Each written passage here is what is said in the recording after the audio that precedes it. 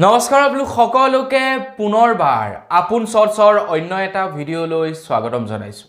আমাৰ অসমৰ বজাৰত বৰ্তমান সময়ত পোৱা গৈছে বিষাক্ত মাছ আৰু যিবিলাক মাছ নেকি আমি প্ৰায়ে খাই থাকোঁ আৰু সেই মাছবিলাক খোৱাৰ ফলত আমাৰ নানান প্ৰকাৰৰ বেমাৰ হ'ব পাৰে আৰু লগতে কেঞ্চাৰ জনিত বিষাক্ত বেমাৰো আমাৰ শৰীৰত হ'ব পাৰে, যিবিলাক মাছ নেকি আমি প্ৰত্যেকেই দৈনিক খাই আছোঁ। গতিকে এই মাছবিলাকৰ পৰা আমি পৰাপক্ষত দূৰত থকাটো ভাল। পৰাপক্ষত এই মাছবিলাক আমি সেৱন কৰাৰ পৰা আঁতৰত থাকিব লাগে।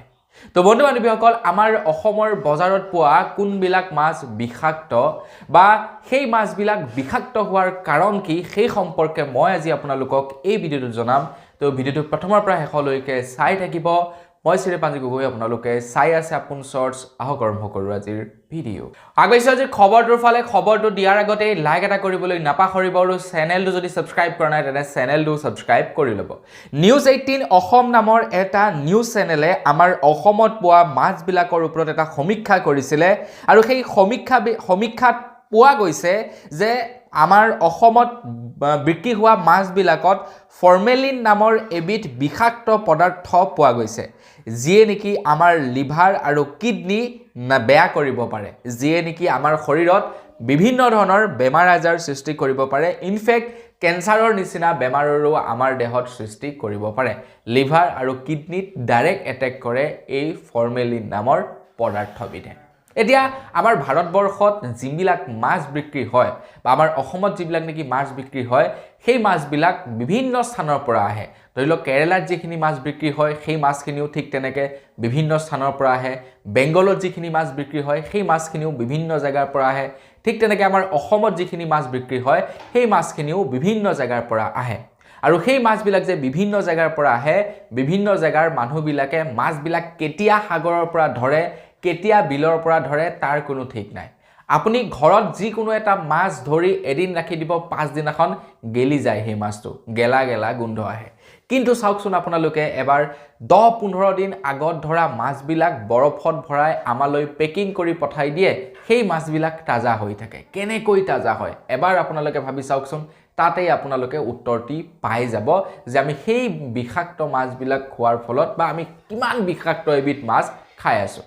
এতিয়া মাছবিলাকক তাজা কৰি ৰাখিবৰ কাৰণে ফৰ্মেলিন নামৰ এবিধ বিষাক্ত পদাৰ্থ মাছত মিহলি কৰোৱা হয়। এবিধ লিকুইড পদাৰ্থ ফৰ্মেলিন নামৰ সেই পদাৰ্থবিধ মাছত মিহলি কৰোৱা হয়, যাতে সেই মাছবিলাকক বহু দিনলৈকে তাজা কৰি ৰাখিব পৰা যায়, যাতে মাছবিলাক যাতে গেলি নাযায়।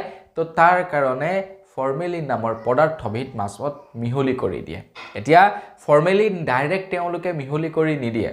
ফৰ্মেলিন কি কৰে, আপোনাৰ মানে যিবিলাক ডাঙৰ ডাঙৰ ফুড ছেফটি বিষয়া থাকে তেওঁলোকৰ চকুত ধূলি মাৰি কি কৰি দিয়ে, মিহলি কৰি পঠাই দিয়ে, যাৰ কাৰণে নেকি মাছবিলাক বহু দিনলৈকে তাজা হৈ থাকে।